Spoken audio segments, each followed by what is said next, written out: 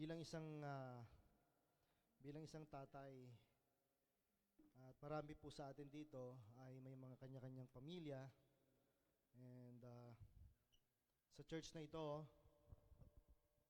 medyo matindi po yung pinagdaanan natin this 2025. But dumating po kami sa time na nagkakaroon po kami ng evaluation ng aking mahal na asawa. And sabi ko, mangyayari itong 2025 is the testimony and declaration of our faith sa nakaraang taon na 2024. Alam niyo po, ang nadidiscern ko that there will be more upgrading sa ating pong mga ministries, particularly po sa ating pong mga buhay. Hindi mawawala yung kaba. Hindi ko alam yung situation nila, Sam. Kasi I kept becoming silent sa mga nakaraang sa nakaraang week ng taon na ito, and keep observing and keep observing. Sa Pilipinas, pastor ganito, pastor ganito, pastor ganito. Alam niyo po, sa Pilipinas, they are harvesting a lot of souls. So sabi ko, Lord, matindi itong ginagawa mo, Panginoon. And even here in Korea, alam niyo po, yung ginawa ng Panginoon na i-merge yung church, it will become a big blessing sa atin pong lahat. Ang dami po ang mapagpapala nito. Hindi ko alam kung sa paanong paraan, pero ang nakikita ko, God will going to use this church mightily for each and every one of us. Particularly, lahat po tayo mag-level up, lahat tayo maglingkod. Isa po sa mga nakita ko is that the more we are serving, the more we are knowing God. Nakuha niyo po? The more na tayo po na-challenge, yung pinagdaanan ng mag-asawang ito, I really observe, I witness. And alam niyo po, hindi ako magdadalawang isip na isipin, hindi nila kaya. No, because sila po ay dumaan sa mga mas matitinding pagsubok na pinagdaanan nila. And nakita ko po yung bata, nabuhay siya sa isang taon, walang heater, winter, pero nakasurvive sila. Amen po ba?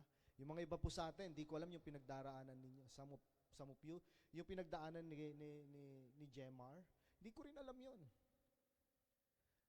Kaya mapakaganda po na meron po tayo mga discipleship, may mga groups na kinabibilangan po tayo. Hindi ko na po kayang lahat ako, mamamatay ako ng maaga kapag lahat sa akin ang bagsak. Kaya salamat sa mga cell group leaders natin na sila yung gumagawa, sila yung tumutulong sa pastor sa church na ito upang yung mga kapatiran po natin ay kahit papano ay meron po silang masabihan ng kanilang mga problema, may mananalangin sa kanila, may mapagkakwentuhan ng mga problema nila, at they can pray, you can pray as a cell group, as a family. Amen po ba? You know, pagpasok ng 2025, bago pumasok ang 2025, napakaraming nangyari. Napakabigat. Amen po ba? But I would like to encourage you mga kapatid, huwag nating i-magnify kung ano yung mga hindi magaganda. Tignan natin kung ano yung mga magagandang bagay na ginawa ng Panginoon. And let us try to connect on how we're going to mold us and perform His miracles upon our lives this 2025. Amen po ba? Meron kasi siyang hinihanda na para sa atin. Meron na siyang mga bagay na kung saan ibubuhos sa ating pamilya, sa ating simbahan, sa ating mga ministries, and even to your personal problems. Meron siyang nakahandang solusyon para sa ating lahat. And remember today, we are overcomers. Amen po ba? Tignan mo yung katabi mo, matagal nang nagtagumpay ang Panginoon at sa Kanya pong pagtatagumpay, nagtagumpay ka. Amen po ba? Panghawakan natin yan. This 2025. Amen po ba? Tayo po ay mas magiging makapangyarihan Anong ibig sabihin nun? Mas lalo tayong gagamitin ng Panginoon. Mas lalo nating i-glorify si Lord sa lahat ng mga bagay na mangyayari sa atin. Ito man ay hindi maganda sa paningin ng tao, very difficult sa situation natin, very uncomfortable sa situation natin, ano man yung mga mangyayari sa buhay natin, we will continue to glorify the name of the Lord Jesus Christ in our life. Amen po ba? I-magnify po natin si Jesus sa ating pong mga buhay. Amen! Sige po, malakas na palakpak para sa ating Diyos na buhay. Ang ating pong series for this month is very important. Sa ating pong 10th year anniversary, ang ating pong tema ay breakthrough. Sabihin nga natin, breakthrough. At kailangan po sa breakthrough na yan, kailangan po nating makita that there will be no breakthrough without the power of the Lord. Amen po ba? Walang mangyayaring breakthrough unless the Lord moves you.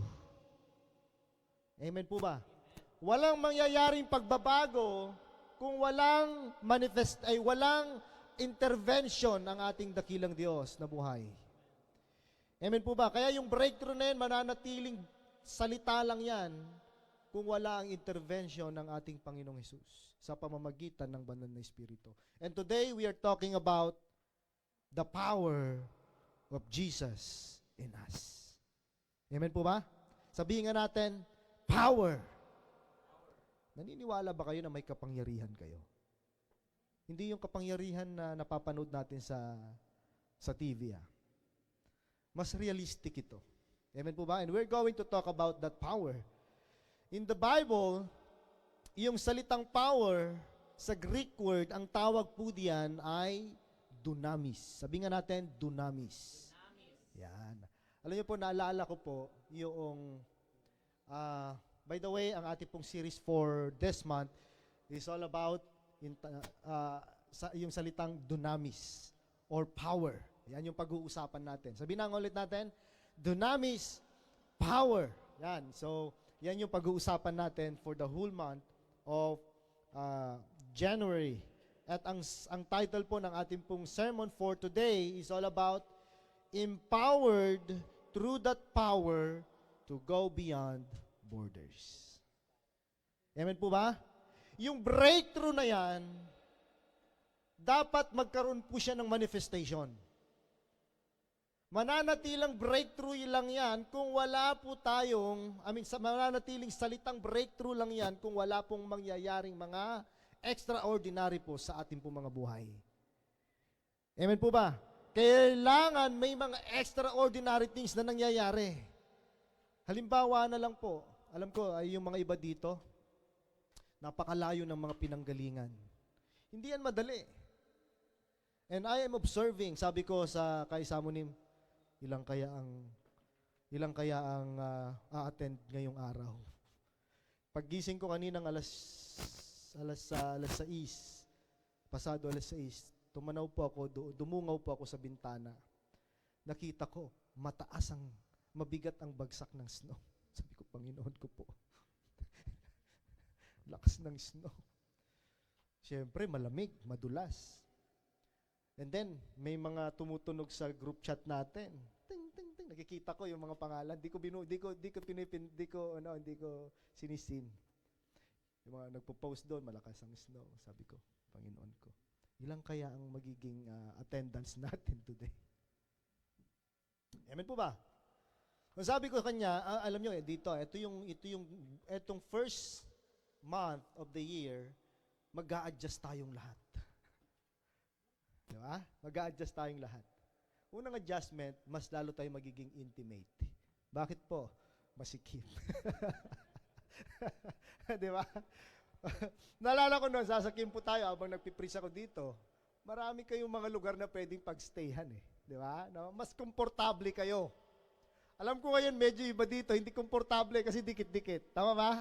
So nakita ko yun, Lord, hindi komportable yung mga tao. Diba? Nakuha niyo po? Nag-isip po ako ilang araw yan, di komportable yung mga tao. Yung mga iba, lalayo. Yung mga, lalo na si Jojo, napakalayo niyan. Malapit na yun sa border. No, sino pa ba yung malalayo? Sila Josel, sila Joe Chris. Lalong-lalo na yung mga taga Pyeongtaek. Ta-travel mga 1 oras kalahati, 2 oras ata, depende sa traffic. Di ba? Pero salamat sa grupo ng ating kapatid na si Brother Andrew at si ano pangalan si Jarem. Nadagdag po sila sa ating pamilya na kung saan sabi nila, Pastor, may sasakyan kami. No, panghakot natin 'yan. Amen po ba?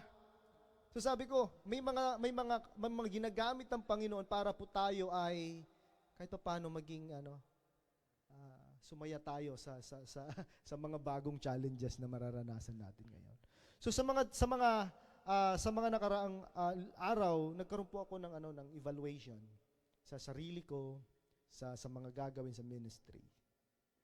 Lord, sabi ko, alam ko po na yung breakthrough, hindi kami magiging komportable. Kapag may ano niyo po? Aminin natin o hindi, kapag may breakthrough na mangyayari, hindi tayo magiging komportable. Nakuha niyo? Kasi alam niyo po, pag sinabing breakthrough, magkakaroon po ng maraming pagbabago. At dadalhin tayo ng Panginoon sa mga hindi tayo sanay. Hindi tayo komportable. Ipapakita, dadalhin sa atin ng Panginoon yung mga tao na hindi nakaparehas natin. Di ba? Diba? Dadalhin sa atin ng Panginoon yung mga tao na kung saan matcha-challenge tayo. Pagpasok ng bagong taon, wala kang trabaho, breakthrough. Amen po ba? Bakit? Because God is preparing something. Mas maganda yan sa trabaho mo last 2024. Amen po ba? Alam niyo po, pag nag-isip tayo, mahalaga yung positibo. Positibo ka. Amen po ba? Unang-una, pag hindi ka naging positibo, malulungkot ka. And that is the way of the enemy para po tayo ay bumagsak. Amen po ba? Yung ibabalik niya tayo sa mga negative things. Kung sino ka, ganito ka dati, hindi ka naman bagay dyan. Hindi ka perpekto. Tignan mo nga yung pagbuhay mo, di ba? Amen po ba? Yun yung ibabalik sa'yo ng Panginoon. Kaya this 2024, I want everybody, lalo na yung mga bago, no? Gusto ko mag-serve kayo sa Panginoon. Wala akong pakialam kung sino kayo. Ang pakialam ko is that if you really want to serve God, step up. Amen po ba? Step up. Isang hakbang. Ipakita niyo sa Panginoon na, Lord, I want to serve you. Tulungan mo ako. Hindi po ako kagamit-gamit, hindi po ako perpekto, pero Lord, yung puso ko gusto kang paglingkuran. And every one of us, yung mga kapatiran na natin, yung matagal na po dito, amen po ba? Mag-level up tayo. Amen. Dunamis, the power of the Lord. In Greek word, it used 100 times, 120 times in the New Testament. At ano po ang ibig sabihin nito? Ang ibig sabihin po nito, it refers to a strength, power, and ability. At kung sa mas malalim na salita, ay mas mababaw na salita, ito po ay nangangahulugan ng salitang dynamite. Parang mas malalim nga yun. Dynamite, dynamo, or dynamic. Sabihin nga natin, dynamite. Dynamo or dynamic. Sino pong nakakita dito ng dynamo? Di ba? Maliit lang siya pero kaya niyang maapektuhan ang buong bahay mo. Tama ba? Yung mga dynamo, yung mga generator, napakaliit lang na makina pero kaya niyang magpa-ilaw ng buong bahay. So makapangyarihan. May kapangyarihan. Last year, makikita po natin that breakthrough happens in different parts of our church and our ministry. For us to become more what? Productive and extending our efforts, no, to different various of missions and ministries through the power of God in us. Kung mapapansin niyo po, yung mga breakthrough ito ay ginawa ng Panginoon for His expansion. Not for us, not for ourselves to expand, but for the Lord to expand in our life, in our family, in the ministry. Nag-e-expand si Lord. Kaya may mga breakthrough upang ipakita po sa atin ng Panginoon na kaya niyang magmirakulos sa buhay po ng bawat isa. Amen po ba? Bago tayo pumunta doon, sa pinaka-main text natin, I would like to read the book, the words of the Lord from the book of Isaiah, chapter 6, verse 8. Ang sabi dito, at narinig ko ang tinig ni Yahweh na nagsasabi, sino ang aking ipapadala? Sino ang magpapahayag para sa atin? Sumagot ako, narito po ako ang inyong isugo. And this is what we are expecting for this church, for this family, for everyone, to say, Lord, I am here, use me, break me, send me for your glory. Amen po ba? Kaya kung mapapansin ninyo, sa Panginoong Jesus lang, siya lang. Yung mga gagawin natin, lahat ng mga pag-abot, lahat ng mga preparations, lahat ng mga ministries, it's because we want to glorify the name of Jesus. Amen po ba? Kaya alam niyo po, ang prayer ko, ito, sabi ko, Lord, this 2024, hindi na ako mapapagod na mag-assign. Hindi na ako mapapagod na pwede bang ikaw, pwede bang kayo. Hindi, kasi bago pumasok ang 2025, nakita ko po ang unity. Nakita ko ang initiative in this church. At naniniwala ko yung spiritong yan ay magmumultiply among our brothers and sisters. Part of our expansion, part of our growth, yung magkaroon po tayo ng initiative to serve. You're not serving me, you're not serving this church, you're serving the Lord Jesus Christ. Amen po ba? Amen. Ang gospel ang pinakasentro kung bakit po tayo gumagawa. Bakit binigay sa atin ang kapangyarihan ng Panginoon? Because God wants us to reach out.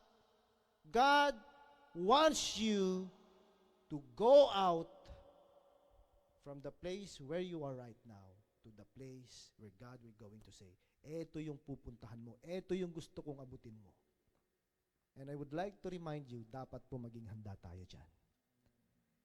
Amen po ba? Amen po ba, mga kapatid? Sige po, palakpakan natin ang Panginoon. Yung gospel na yan, wala pong boundaries. It transcends in all nations, cultures, and languages. Kaya nga ang goal natin ngayong, di ba? Ang goal natin is that to expand when it comes to church. Alam niyo po, nagulat ako. Kaninang kahapon, supposedly mayroon po kaming pastoral mentoring accountability sa mga pastors. Residence pastor ng CFICC. Sobrang busy po sila at nag-send sila ng mga pictures. They're building the church. Nakita niyo po yung sinend ko. Sabi ko, di nila hinayaan na ang 2025, unang araw ng linggo,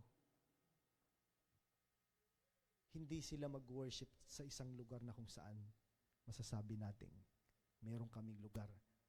Sasamba kami sa Panginoon. Gumawa po sila ng paraan because that is their declaration. Sabi nila, Pastor, magkakaroon tayo.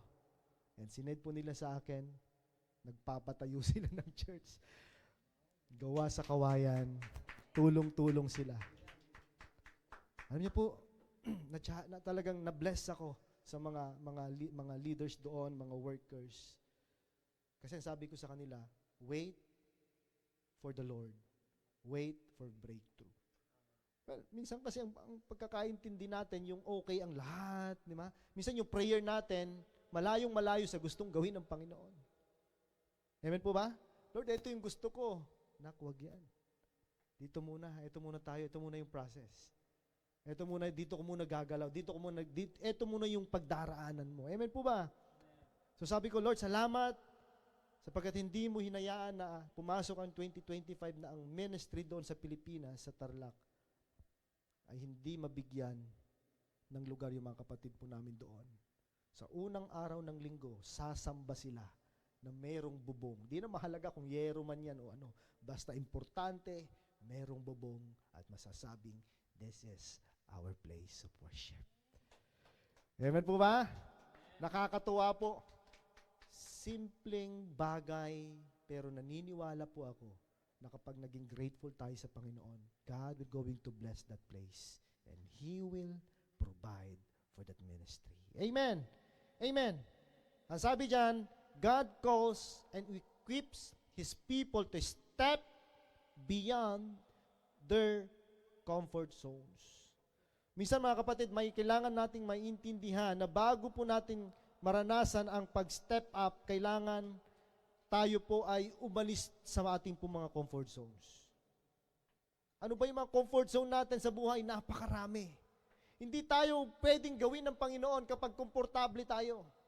Hindi tayo pwedeng gamitin ng Panginoon kapag nasa comfort zone tayo. Amen po ba? Well, alam niyo po, bilang pastor, napakarami po mga comfort zone na tinanggal sa akin ng Panginoon. Nung nawala yung mga yon, mas lalo po akong nag-matured. Tama ba? Mga kapatid? Sa mga mag-asawa, sino yung comfort zone ninyo? Unang-una yung asawa mo. Diba?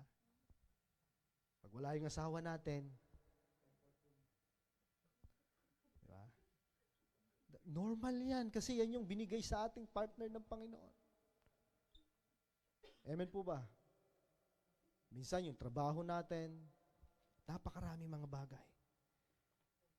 God calls and equips His people to step beyond their comfort zone. Tandaan po natin, matututo lang po tayo kapag tayo po ay umalis sa ating po mga comfort zone. Amen po ba?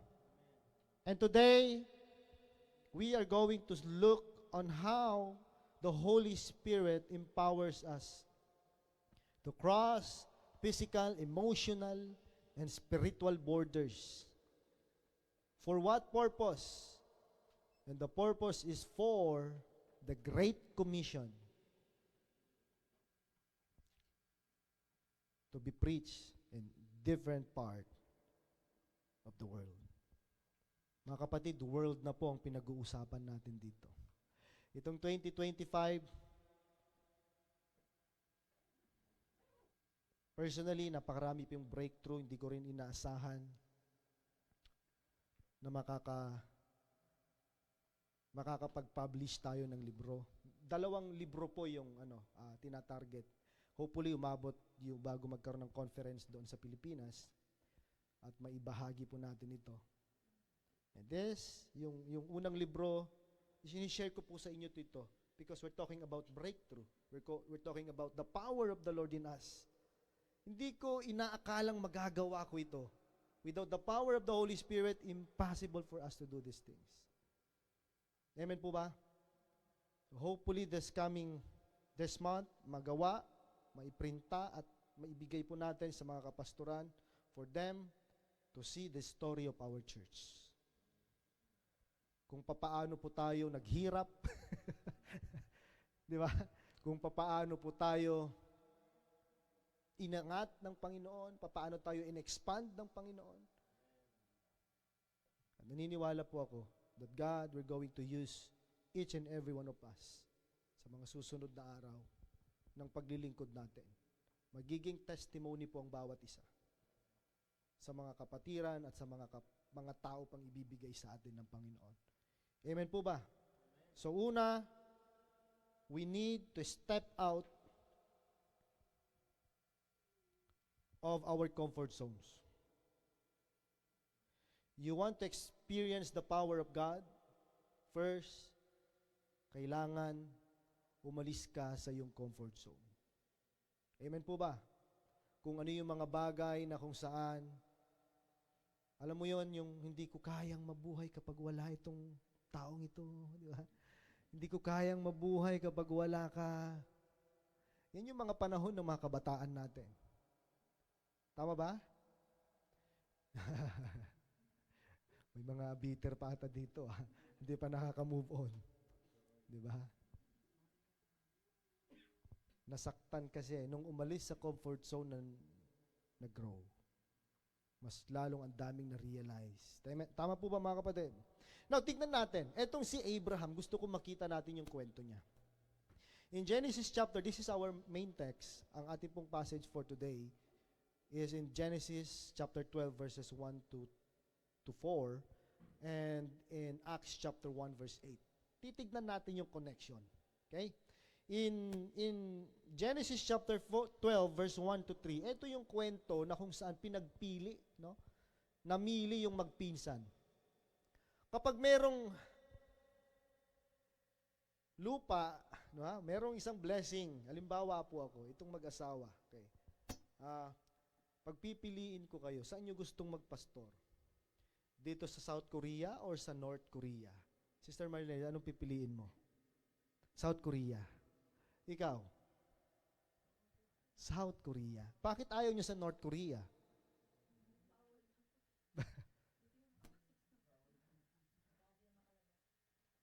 Ano pa? Ang daming reason, tama ba? Mahirap. Baka hindi na ako makalabas. Mahirap ang buhay doon. Walang gogi salon doon. Di ba? Walang hotel doon na maayos. Nakuha niyo pa? Ang dami nating mga reasons, ang dami nating mga bagay na kinukonsider para tayo ay magpastor doon. Mapapansin niyo tayo mga tao, ganun po tayo. Minsan tinitignan mo, beneficial ba yan sa akin? Di ba? Makakatulong ba yan sa family ko? Baka naman sobrang hirap, baka hindi ko kayanin. Hindi mo pang ginagawa, try nyo muna pumunta. Tama ba? Now, ito pong text natin, passage natin for today. Basahin natin sa verse 1. Simulan natin. The Lord had said to Abram. Si Abram ang unang pangalan niya bago siya naging Abraham. Sabi niya, go from your country, your people, and your father's household to the land I will show you. Actually, maraming beses ko na pong itong i-preach. But this year, I would like to go back. I would like everyone to go back on this story kasi mayroong panibagong revelasyon in connection with our series for this month. Ang sabi doon, go to your country, your people, and your father's household to the land I will show you. Nakita niyo yung salitang I will show you. Ibig sabihin, hindi pa niya nakikita. Tama ba? Hindi pa niya nakikita. Now, pag sinabihan kayo pumunta ka doon at doon ka mag-serve, wala kang idea kung ano yung pupuntahan mo, hindi mo nga alam kung may titirahan ka doon, may bahay ka, may tubig kumpleto ba, mabubuhay ka ba talaga, hindi mo alam. At yung nagsabi sa'yo, sabi niya, pumunta ka doon and you serve there. Pupunta ka? Palagay ninyo, mahirap, tama ba? Magdadalawang isip ka. Kasi iisipin mo, baka hindi ko, baka very uncomfortable ata doon. Tama ba, mga kapatid? Amen po ba? Nakuha niyo pa? Marami po sa atin, pag sinabihan ni Lord, ganito yung gawin mo, anak. O hindi ko alam kung paano nangungusap sa atin ng Panginoon. In many ways, pwede pong sa mga pastor natin, sa mga cell group leaders natin, sa kanyang mga salita, sa mga devotions natin, nangungusap siya. One thing for sure, mga kapatid, kapag si Lord nagsabing dito ka, unang-unang mararanasan mo, unang-unang mafe-feel mo that it will not comfortable for you. Hindi ko alam sa inyo. Yung sinasabi ko po sa inyo ngayon is that something na kung saan ang nangyari po sa akin. Yung mga bagay na kung saan hindi po ako naging comfortable. Yung mga bagay na kung saan hindi naging madali ang ipinagawa po sa atin ng Panginoon. Pero at the end of the day, mga kapatid, alam niyo po, doon po ako natuto. Doon ko mas nakilala ang Panginoon at doon ko mas lalong pinaglingkuran siya at minahal. Amen po ba? So the more na hindi nagiging komportable ang ipinapagawa sa inyo ng Panginoon, the more na kailangan niyong mahalin siya, paglingkuran siya, ibahagi siya. Because at the end of the day, you will see, worth it. this is it. Amen po ba? Amen? Ang sabi ng Panginoon dito, I will make you into a great nation. Yun yung pangako sa kanya ng Panginoon. And I will bless you. I will make your name great. Sinong gusto maging great dito? Hindi po natin trabaho na tayo po ay sumikat. Tama ba? Trabaho yan ng Panginoon na tayo po ay ilagay sa isang lugar na kung saan makikilala ng lahat. But the purpose is that for us to become an instrument para po mabigyan ng kapurihan ng pangalan ng Diyos. Amen po ba? Nasabi ng Panginoon, I will make your name great and you will be a blessing. So yun yung purpose. Tama ba? Minsan, ina-upgrade tayo ng Panginoon. Nile-level up niya tayo. Pinapayaman niya tayo. Di ba? Spiritually, dami nating natututunan, dami nating nalalaman sa pamamagitan ng pag-aaral natin ng kanyang mga salita. As a family, sa ating cell groups. Anong purpose? Ang purpose is that for us to glorify God. Amen po ba? Ang sabi doon, I will make your name great and you will be a blessing. I will bless those who bless you. And whoever curses you, I will curse. And all people on earth will be blessed through you. At kung babasahin niyo po yung verse 4, mamaya makikita natin yan. In continuation with that. God often calls us to unfamiliar places. Minsan dinadala tayo ng Panginoon sa mga lugar na hindi naman talaga natin alam. Hindi tayo familiar. At napakahirap gawin. Tama ba? Hindi natin maintindihan bakit itong pastor namin ang gusto niyang misyon. Ang hirap-hirap kaya, kailangan ng maraming budget. Tama ba? Kailangan natin ng workers, kailangan natin ng pastor, kailangan natin ng commitment. Pero bakit yun yung gusto niya? Hindi naman yun yung gusto ko, yun yung gusto ng Panginoon. Tama ba? Hindi naman pwedeng na tayo lang, hindi pwedeng dito lang tayo. Alam niyo po, kahit ganito yung church natin, napakalaki ng ginagawa ng Panginoon sa church na ito. Sa pananalangin natin araw-araw, sa support ng bawat isa every Sunday, meron pong nangyayari. Nakikita niyo po na nag-e-expand ang ministry. Amen po ba? And our prayers, pag uwi po ninyo, may mga kanya-kanyang ministry na inahanda sa inyong Panginoon because God will going to use you there. Na kahit wala na po kayo dito, pag umuwi na kayo ng Pilipinas, magpapatuloy kayo. Ang purpose is to glorify God because you're going to serve Him sa pamamagitan ng pagdadala ng mga kaluluwa sa Kanya paanan. Amen po ba? Anong requirements? No? Dadalhin tayo sa mga lugar na hindi tayo familiar, sa mga lugar na napakahirap. Alam niyo po, dalawang bagay, faith and obedience. Hindi natin maiintindihan, yes, normal yan. Ang sabi ng Panginoon, manampalataya ka lang at sumunod sa kung ano ang gagawin. Ang ipapagawa ko sa iyo. Amen po ba? Are we willing to obey the Lord through our faith? Amen. Ang obedience, hindi natin magagawa yung pure obedience without faith. Amen po ba? Marami ang nag-failed sa obedient ang kanilang mga pagsunod sa Panginoon because they don't have that faith. Sa panahon po natin ngayon, napakalungkot kasi nababago na yung katayuan ng Panginoong Hesukristo sa kanilang pananampalataya. Na para bang mas nagiging mababa si Jesus Christ at nagiging mataas ang Holy Spirit. Nakakalungkot, mga kapatid.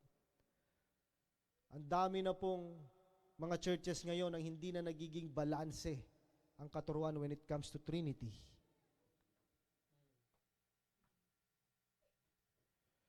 Yung ibang church naman, mga ibang mga nagtuturo, mas mataas ang God the Father at pinakamababa ang Holy Spirit. Marami pang mga bagay ang pwedeng magbago sa mga susunod na araw sa mga susunod na taon. But I would like to encourage you mga kapatid. Kaya nga po pinag-aaralan natin, no? Ini-encourage natin ang bawat isa, no? Na kailangan maging familiar po tayo sa tinig ng Diyos. Maging familiar po tayo sa Kanyang mga salita. That Jesus is the Savior. Hindi po magbabago yan. And they are equal. The Father, the Son, and the Holy Spirit, they are equal. Amen po ba? Well, hindi, nabanggit ko lang po yan, no? It's not about, hindi po kasama sa topic natin, but medyo sa mga nakarang araw, ang dami pong mga issues sa mga churches na kailangang pag-usapan namin. But anyway, balikan po natin yung text natin. For us to respond on God's call, mga kapatid, we need to identify the areas of our life where fear and satisfaction is keeping us from stepping out of our comfort zone. First, kailangan nating makita itong mga bagay na ito. Unang-una, yung pride. Pangalawa, yung resources na yan na meron po tayo. Pangatlo, yung fame, yung titles, at napakarami pang mga bagay. Itong mga bagay na ito, yung mga sumusubok sa ating lahat. Ito yung mga bagay na kung saan sumisira, nagbablock o di natin makita yung totoong kalooban ng Panginoon sa ating pong mga buhay. Amen po ba? Minsan yung pride, ibang tipong bakit kailangan kong sumunod? Bakit kailangan kong gawin ito?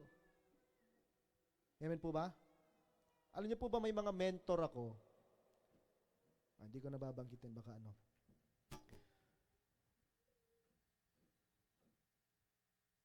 Minsan, yung mga challenges na kung saan mas matagal pa man ako sa ministry kaysa sa kanya, pero bakit ganito yung trato niya sa akin? Tama? May mga ganon? Bakit ganon? Alam niyo, minsan binibigay sa atin ng Panginoon yung mga tao na kung saan hindi man sila kagalingan, mas magagaling tayo sa kanila, mas maraming mga experience ang naranasan natin, binibigay sa atin ng Panginoon yung mga mababa to lead us. Naranasan nyo ba yan? Why? Because God wants to teach us on our character. May problema kasi po sa mga pride natin. Alam nyo po, binaba ako ng Panginoon dito. At noong nakita ko na may mga bagay na ganito sa buhay ko, Lord, sabi ko, patawarin niyo po ako, Panginoon, and help me. Ibaba niyo po ako. Alam niyo ba, sabi ko kay Samuel, pag meron lang ako nakita na talagang able, yung bang, ito, sasabihin ko po sa inyo, sabi ko, Lord, gusto ko pong bumaba sa church. And I am praying for somebody to take over the church. Kasi alam niyo po, gusto ko mag-mission. Pumunta sa mga lugar to empower churches, to encourage them, mag-pioneer ng mga churches. Yun yung panalangin ko. Amen po ba? Gusto ko, Lord, baba muna ako. Gusto ko yung mag-serve muna as an ordinary person. Gusto ko maging membro lang muna ako ng church. Lalong-lalo na po kapag may mga situation na kung saan nakikita mo sa sarili mo na ang dami mong kailangang baguhin. Pinapakita sa iyo ng Panginoon yung mga bagay na kailangan mong tanggalin. So para bang ang gusto mo laging yung presensya na lang ng Panginoon, kasama mo siya, nagpipray ka, nag-worship ka. Naranasan niyo ba yon? Yung wala kang ibang gustong gawin kundi yung mag-pray, mag-worship, di ba, magbasa ng Bible, yung bang sa presensya lang yan na merong kapayapaan. Kasi alam niyo po, ang hirap talagang mag-serve. Ang hirap talagang humawak ng simbahan. So, bakit ko sinasabi sa inyo ito, mga kapatid? Because I am telling you, darating kayo sa puntong ito, darating tayo sa punto na kung saan gagamitin tayo ng Panginoon in a very powerful situation na kung saan babago sa buhay ng mga tao. Your testimonies, yung sinasabi ko po sa inyo ngayon, is the reality. Nangyayari. At alam niyo po, ang gusto pong sabihin, God is so faithful. Hindi po siya nagbago, naging tapat siya, na sa kabila ng mga ups and down, Sa kabila ng mga iniisip nating mga negativities, laging nariyan ang Panginoon. At lagi niya sinasabi, Nak, nandito lang ako, willing to help you. Ano man ang sitwasyon, mananatili akong Diyos ng buhay mo.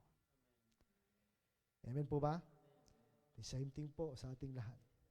Ano mang kalalagayan natin ngayon, this 2024, yung breakthrough na yan, patutunayan ng Panginoon. All we have to do is to trust Him. Amen po ba? Hallelujah. Sige po, palapakan natin ng Panginoon. In Matthew chapter 6, verse 24, ang sabi niya, ito, linagay ko po ito. Ito po yung reminder sa akin ng Panginoon sa mga nakaraang taon. Lagi niya sinasabi, sa Matthew chapter 6, verse 24, sabi niya, no one can serve two masters. Either you will hate the one and love the other, or you will devoted to the one and despise the other. You cannot serve both God and money. You cannot serve both God and money. Ano yung implication po nito, mga kapatid? Hindi po tayo nagiging masaya sa buhay natin kasi pinagsasabay natin. Alam niyo po, minsan ang hirap intindihin nito eh. Only the Spirit of God can interpret this verse. So, ano ibig sabihin mo, Pastor, hindi ako magtatrabaho? Di ba? Ano ibig sabihin, Pastor, hindi ako maghahanap buhay? The thing is this, mga kapatid, the intention. Yung puso natin, yung intention natin. Amen po ba? Hindi masamang magkapera, hindi masamang magtrabaho, hindi masamang yumaman. But the intention. Bakit natin gustong gawin o bakit natin gustong magkaroon ng mga bagay na ito? Meron po akong kausap, yung isang kumpare ko kanina, kahapon, at kanina tumawag siya. Ang sabi niya, pre, ayaw kong yumaman. Bakit naman? Ayaw kong yumaman, pre. Pero ito, mayaman na talaga siya. Ayaw kong yumaman, pre. Bakit? Sabi niya. Kasi baka pag yumaman ako, hindi ko na makilala ang Panginoon. Ngayon pa lang kaunting blessing lang, nakakalimutan ko na siya. Ayaw ko bakit? Ito po yung mga kasabayan ko noon. Bago ako sa Korea. Alam niyo yung realization, kilala ni Josel yun. Alam niyo po yung realization niya ngayon. Sabi niya, sayang. Dapat noon pa, nakilala ko na ang Diyos. Ngayon, meron na po siyang benda sa paa. Dahil sa taas ng uric acid niya. At ngayon niya nare-realize na hindi pala pwedeng pagsabayin ng mga bagay-bagay sa paglilingkod sa Panginoon. Amen po ba? Yung intensyon. Mali kasi yung intensyon.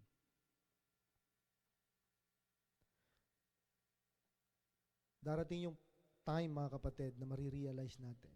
No? Hindi ko sinasabing titigil po tayo sa pagtatrabaho. But what is really the thing is that, Lord, binigay mo po sa akin ng mga bagay na ito and I want to use it for your glory. Yung pagtulong nyo sa family ninyo, ginagawa ninyo yun para sa Panginoon, you are glorifying the name of the Lord. Amen po ba?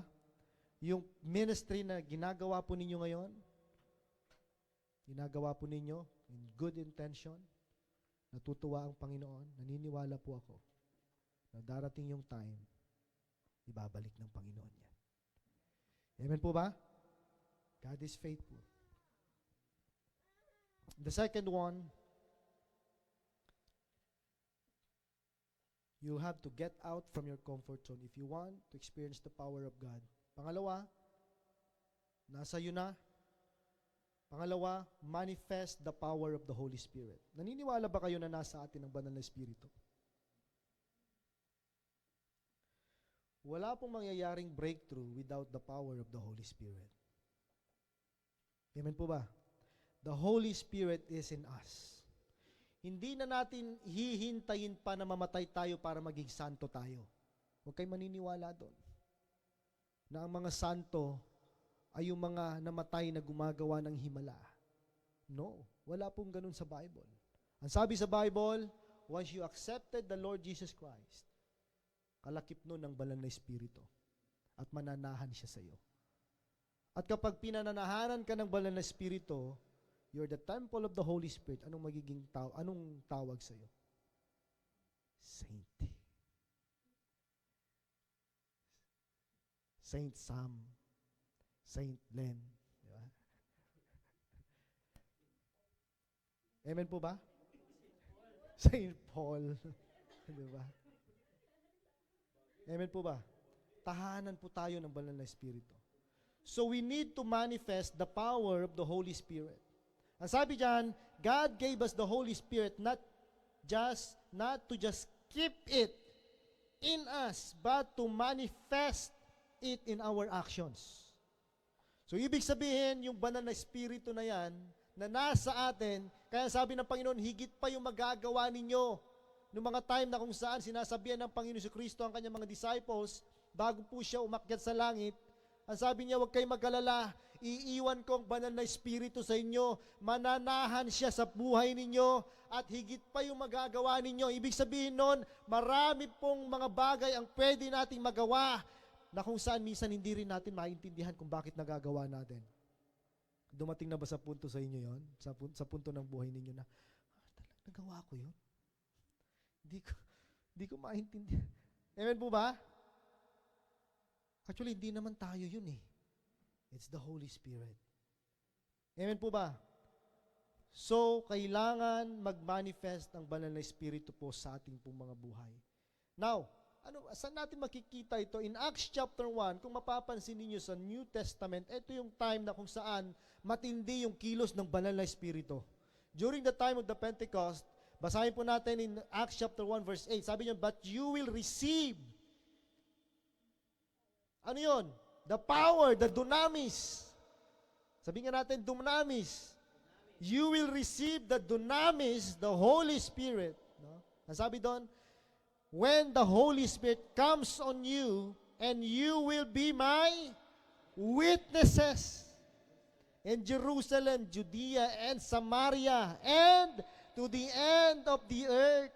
So, ibig sabihin, yung banal na Espiritu na ibinigay sa atin ng Panginoon, may purpose. Hindi lang siya mananatili dito na pag diyan ka lang ha, pag may kailangan kita, okay, tatawagin na lang kita, pero pag hindi kita kailangan, diyan ka lang.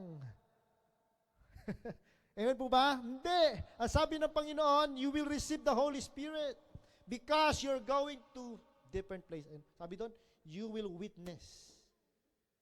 Kaya nga po yung church na ito, hindi po kasi pare-parehas ang pagkatawag ng mga simbahan. Pero ang church na ito, ang pinaka-vision natin, ang pinaka-purpose ng church na ito is to go out. Yung paglago, in fact, hindi naman talaga trabaho ng, may part ang church sa paglago ng mga kapatiran. Pero ang nagpapalago talaga dyan, walang iba kundi ang ating Panginoong Diyos. You cannot change everybody. You cannot even change the heart of your brother, of your sister. Hindi mo kayang baguhin ang puso niyan. Tama ba? Ang pwede mong gawin is to help that particular person to come to Jesus and serve Him. At kapag nag-serve yan, makikita niya, ang dami niyang realization, di ba? And kapag na-realize niya, wow. And then siya mismo yung magbabago. It is not you, but the leading of the Holy Spirit. Amen po ba, mga kapatid? Kaya bawat isa po sa atin, maglingkod tayo. Mag-manifest yung banal na spirito sa atin po mga buhay. Amen po ba? And you will realize, unti-unti, magbabago ka talaga. Yung character mo, yung the way you speak, the way you think, the way you treat others, diba? The way you, kahit sa pananamit natin, minsan nagbabago tayo, diba? Dati masyado kang fashionista, ngayon, fashion na lang. Diba? Diba? Marami pwedeng magbago. Hayaan mo lang na maglingkod yan. At the end of the day, makikita niya, hindi pala ito karapat-dapat. Hindi pala ganito dapat yung sinasabi ko. Hindi pala dapat ako ganito mag-isip. Tama po ba? Hindi pala ako dapat ganito mag-react. So you serve. And you let the Holy Spirit to lead you. Ang pagbabago po ng isang buhay, ang buhay ng isang tao ay nakadepende sa gagawin ng Diyos sa ating pong mga buhay. Let us allow the Holy Spirit to work in us, mga kapatid. In this verse, it emphasizes that we are empowered to witness, to be witnesses, not just in familiar territories, but also in the end of the earth. Ibig sabihin, hindi lang po sa Korea, hindi lang po sa lugar ng Kimpo, kundi sa mga lugar na kung saan. Kagaya po ng ginagawa po natin sa Pilipinas ngayon. Amen po ba, mga kapatid? Noong na-receive po ni Apostle Paul, ni Peter at yung mga ibang mga disciples, hindi po na sila nanatili sa isang lugar. At kung titignan nyo po dito kung babasahin po natin ang Bible, when after the day of the Pentecost, when they received the Holy Spirit, mas lalo po silang nag-init. Hindi sila naging stagnant. Ano yung ginawa nila, bro? Sila po ay humayo. Mas naglingkod sila. Ang pinangahawakan po natin ngayon, breakthrough. Alam nga naman magtungangahan tayo sa 2025. Di ba? Anong kailangan natin gawin? Kailangan magkaroon po tayo ng initiative to serve, to work, to contribute doon po sa kingdom ni Lord. Amen po ba? Nung natanggap po nila ang kaligtasan at ang banal na espiritu sa kanila pong mga buhay, hindi na natili sa kung ano sila at ano ang ginagawa nila. But they expand, they go in different places, and even to different borders to preach the gospel of the Lord Jesus Christ. They manifested the dunamis in their lives. And these examples must be applied also among us nowadays, brothers and sisters. For us to obey the great commandments of the Lord, kailangan makita po natin yung manifestation ng banal na espiritu sa ating po mga buhay. Amen po ba? So ano po yung application? Ang sabi po dyan, rely on the Holy Spirit to provide boldness, wisdom, and endurance for us to do the mission. Alam niyo po, kapag hindi tayo nag-rely sa banal na espiritu, kahit anong plano natin, mga kapatid, hindi tayo magtatagumpay. Matatalino ang tao. Sobrang talino po ng tao kasi meron tayong matalinong Diyos. Pero kapag pinairal po natin yung talino ng tao and not the wisdom of God, we will all fail. Tatandaan po natin yan. Na kahit anong plano natin, kahit anong galing natin, pero kapag nire-replace natin yung galing ng tao sa wisdom ng Diyos, hindi po tayo magtatagumpay. Amen po ba? The mission is not our mission. It's God's mission. So anong ibig sabihin nun? Ang kailangan ay yung galing, yung wisdom ng Panginoon for us to accomplish the mission that God has entrusted us. Amen. And the third and the last, nakuha na natin, maintindihan natin that the Holy Spirit is very important for us to accomplish the mission that God has given us. Anong gagawin natin ngayon? I would like to say, ito yung panahon na kailangan mag-focus tayo. Sabihin nga natin, focus. Focus on God's mission and be part of a wider vision. Minsan nawawala tayo sa focus. Tama ba? Ang dami natin gustong gawin. Minsan ganyan ako eh. Lalo na pag nakausap ko yung mga kapastoran, dami kong gustong gawin, dami kong gustong puntahan. Di ba? Pag na-overcome ka, dami kong gustong gawin. Wala, hanggang sa diyan, wala kang nagawa. Tama ba mga kapatid? Yan, tao kasi tayo, ganun tayo. Salamat sa Panginoon kasi nire-remind niya po tayo of our weaknesses. Mag-focus po tayo. Focus tayo sa church. Halimbawa, sa church na ito, ano bang vision ng church na ito? Ano bang mission ng church na ito? Focus tayo doon. Amen po ba? In Genesis chapter 12, verse 4, ito yung continuation. Ang sabi dito, ng ating passage, sabi dito, so Abram went as the Lord had told him, and Lot went with him.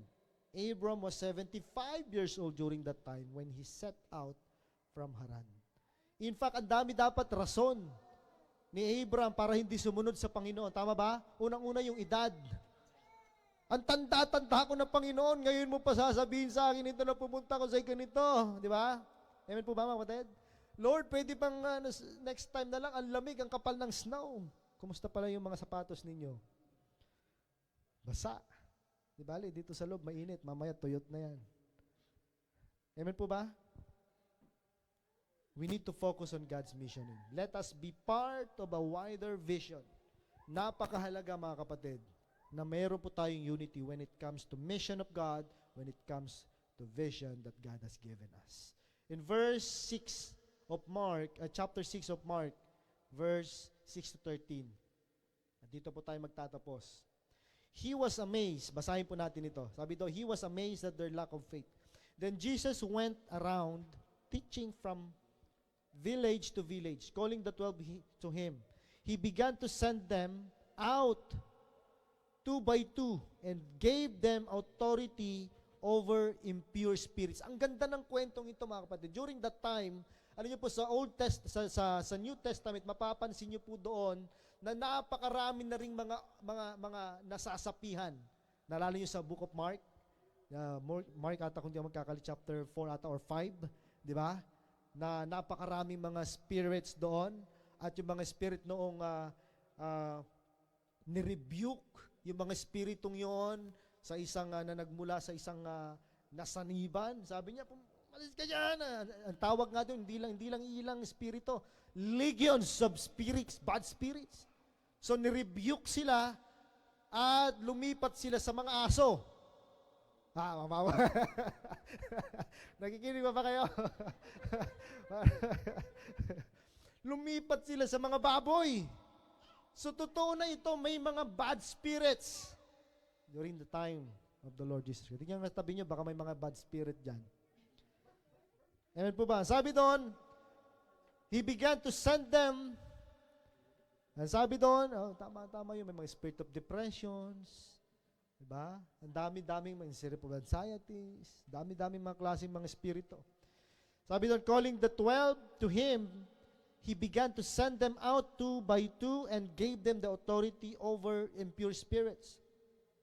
These were his instructions. Sabi niya, take nothing for the journey except a staff, no bread, no bag, no money in your belts. Wear sandals but not an extra shirt. Whenever you enter a house, stay there until you leave that town. And if any place will not welcome you or listen to you, leave that place and shake the dust of your feet as a testimony against them. They went out and preached that people should repent. Diba? Should repent. They drove out many demons and anointed many sick people with oil and he healed them. Ang ganda ng kwentong ito kasi it's something na kung saan sinasabi sa atin ng Panginoon na kailangan yung manampalataya sa akin despite of the challenges. No? Yung challenge po dito, mga kapatid, kung mapapansin ninyo in missions, very specific yung sabi ng Panginoon dito, huwag kayong magdadala ng sobra-sobra. Okay? Ito lang yung isusuot ninyo. Ito lang, yung damit mo lang, Sam. Huwag ka na magsuot ng sapatos. Di ba?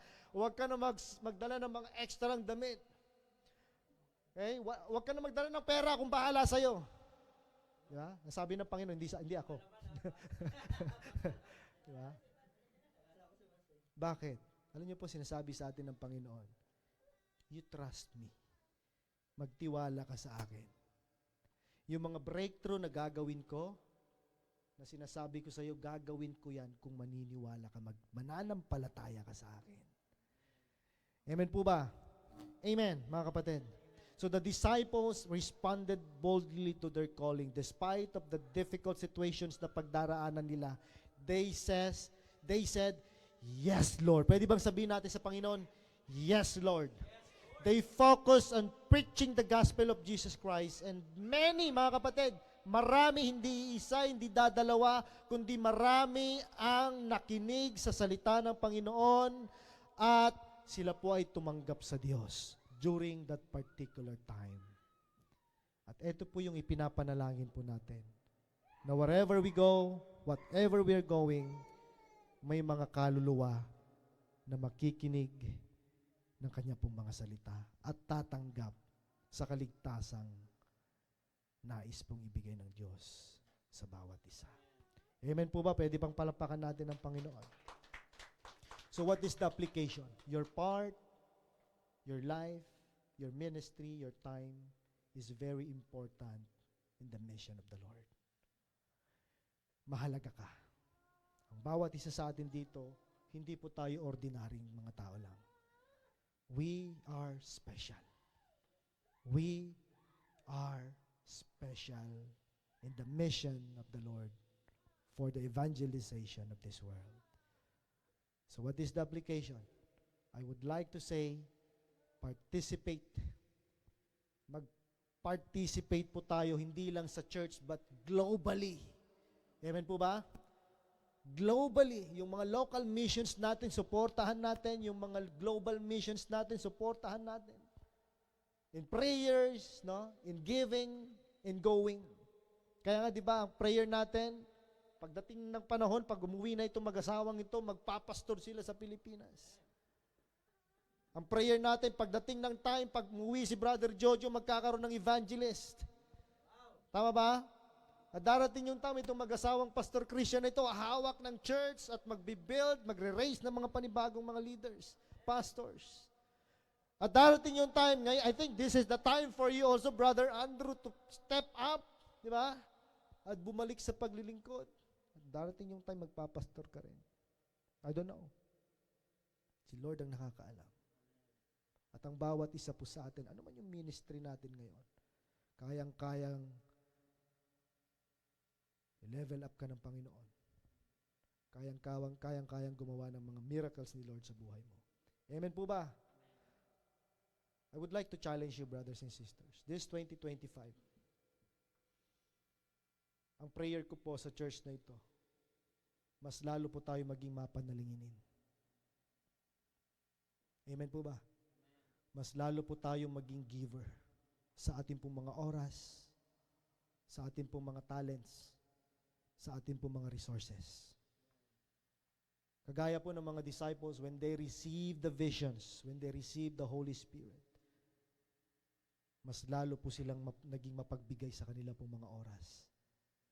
To the point na iniwan nila lahat for the sake of the gospel to be preached. Nasasabi sa atin ng Panginoon, ano man yung trabaho mo ngayon, take that opportunity para maibahagi mo yung gospel. Amen po ba? I would like to challenge you. Alam ko po maliit yung church natin. But let us have the spirit of invitation. Amen po ba? Let us have the spirit of invitation. The spirit of a prayerful person. And the spirit of a giver. And willing to go for a mission. May the Lord continue to expand the territory of each and every one of us. Amen. Aming dakilang Diyos, maraming salamat po sa inyo pong mga salita. Salamat, hindi dahil sa mga mabubuting bagay na ginawa niyo, Panginoon, sa aming pong mga buhay, but because you are our God. You are our Savior. Salamat po, Panginoon, that once again, 2025, is a year of breakthrough, Panginoon, sa amin pong lahat. Marami kang mga bagay ang ipaparana sa church na ito. Sa family po namin, Lord, marami po kaming ipinapanalangin para po sa amin pong pamilya. Sa Pilipinas, O God, sa amin pong mga mahal sa buhay. This 2025, marami pong maliligtas. Aabutin niyo po sila, Panginoon. Yung mga churches, O God, na in-establish niyo po, Panginoon, sa pamamagitan ng mga leaders, mga pastors, Panginoon, na ngayon po ay nagsasakripisyo, Panginoon, for the sake of the gospel to be preached, Father God. Lord, you're going to help them, Panginoon. Marami po ang maliligtas. Marami makakarinig yung mga salita. Patuloy niyo po kaming ibababa, Panginoon, sa lahat ng mga magagandang bagay at makita, Panginoon, ang pangalan mo sa lahat ng mga bagay na ito. Lord, salamat po sa mga leaders ng church na ito, sa mga cell group leaders. Salamat po sa kanila, Panginoon. Nawa, Panginoon, hindi po sila magsawa, Panginoon. Every week, Lord, sa mga ginagawa po nilang pagdi-disciples, Lord, patuloy niyo pong dagdagan, Panginoon, ang apoy sa kanila pong mga puso. And even, Lord, yung mga kapatiran po namin na nandito ngayon, nagbabalik loob, Panginoon, sa paglilingkod. Hindi ko alam, Panginoon, ang kanila pong mga nilalamang ng kanila pong mga puso, ng kanila pong mga isip. But one thing for sure, Lord, hindi aksidente na sila po ay tawagin mo muli sa paglilingkod. Just wanna pray, Father God, na mabuhay yung apoy na kung saan itinanim niyo po sa mga panahon, Panginoon, na kilala ka nila. Help us, Lord. This 2025, mas lalo po kami magiging matatag. Mas lalo po kami magiging makapangyarihan, Lord. Magiging bold kami in preaching the gospel of the Lord Jesus Christ. Marami po, Panginoon, na maliligtas because the Holy Spirit will going to move, oh God. Sa mga lugar na pupuntahan po namin, Lord, magkakaroon po ng malawakang harvest. Hallelujah, Jesus. Maraming salamat po. Let your will be done, oh God, in this church, in this family, and in each, every one of us.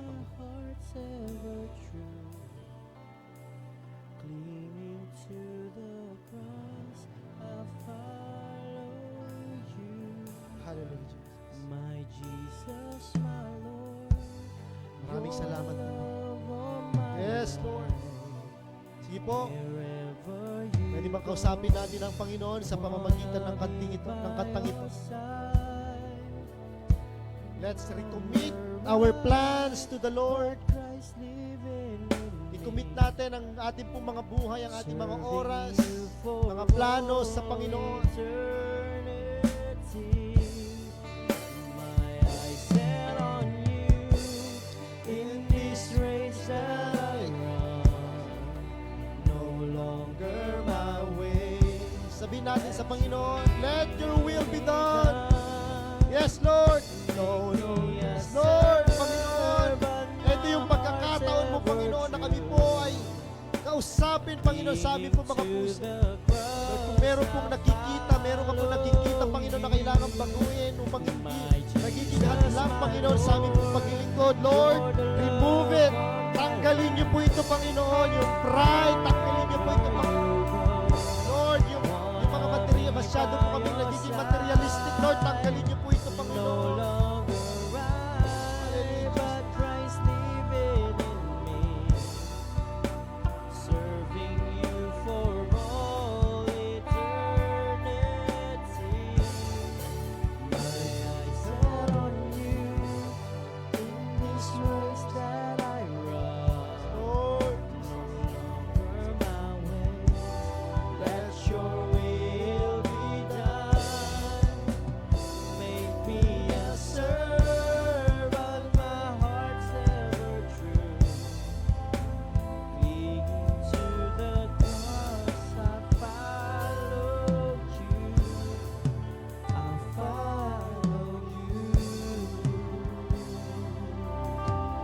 Aming dakilang Diyos, maraming salamat po sa inyong mga salita.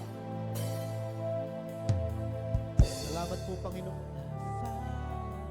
Wala pong may tataas sa lugar na ito, kundi ang pangalan mo, aming dakilang Jesus. Salamat, Banal na Espiritu. Salamat, Ama. Salamat po. Hallelujah, Jesus. Bless your name, O God. Sige po, palapakan natin ang ating buhay na Diyos.